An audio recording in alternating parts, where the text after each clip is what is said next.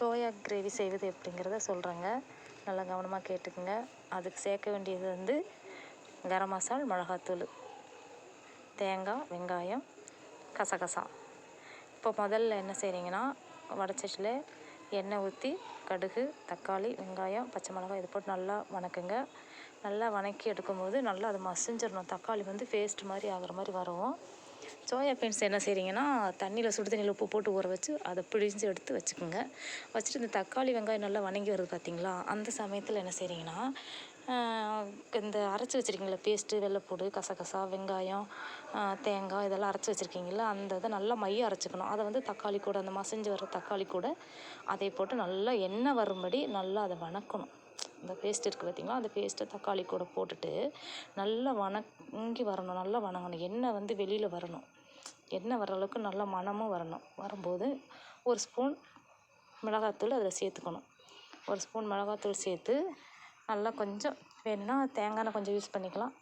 Use பண்ணி அந்த மிளகாத்தூளையும் போட்டு நல்லா அந்த கிரேவிலையும் நல்லா கிண்டி விடணும். கிண்டி விட்டு நல்லா எண்ணெய் நல்லா வெளியாகிற வரைக்கும் வரும்போது என்ன செய்கிறீங்கன்னா, அந்த சோயா பிழிஞ்சு வச்சுருக்கீங்கள்ல, அந்த சோயாவை என்ன செய்கிறீங்கன்னா, அந்த மசாலா கூட இதை போட்டுறீங்க. அதை சோயாவை போட்டு நல்லா கிண்டி எடுக்கணும்.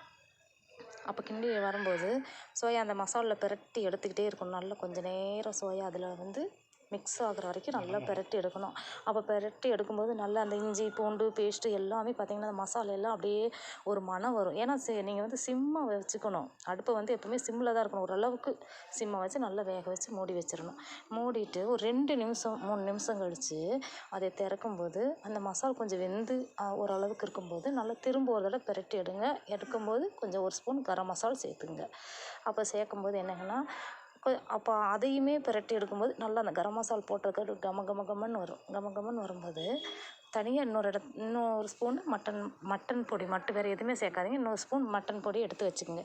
இதை பிரட்டி எடுத்து வரும்போது கொஞ்சம் தண்ணி இதெல்லாம் ஊற்றி வெந்து வரும்போது ஒரு மட்டன் மசாலா ஒரு ஸ்பூன் போட்டுக்குங்க. அவ்வளோதான், வேறு ஒன்றுமே இல்லை. இது நல்லா மூடி எடுத்து வச்சு நல்லா அந்த கிரேவியெல்லாம் அப்படியே மனம் பார்த்திங்கன்னா வெளியில் வரும்போது என்ன செய்கிறீங்கன்னா, கொஞ்சம் கொத்தமல்லி தழையை எடுத்து வச்சுக்கோங்க. பக்கத்தில் நல்லா தண்ணியில் அலம்பி எடுத்து வச்சுட்டு இதை எடுத்து வச்சுக்கோங்க.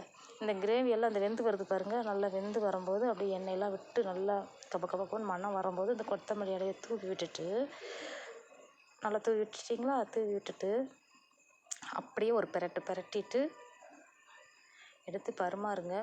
சுவையான சோயா கிரேவி உங்களுக்கு கிடைக்கும். ஏன்னா இது அவசரம், ஒரு 10 நிமிஷம் வேலை தான், ரொம்ப இல்லை. எல்லாமே எடுத்து வச்சுட்டு நீங்கள் செஞ்சீங்கன்னா 10 நிமிஷம் வேலை. இது சாப்பாட்டுக்கு, தோசைக்கு இதுக்கெல்லாம் ரொம்ப அழகாக ரொம்ப நல்லாயிருக்கும். சாப்பிட சுவையாக இருக்கும். அது மழை நேரங்களில் லேசான மழை நேரங்களில் ரொம்ப அழகாக இருக்கும்.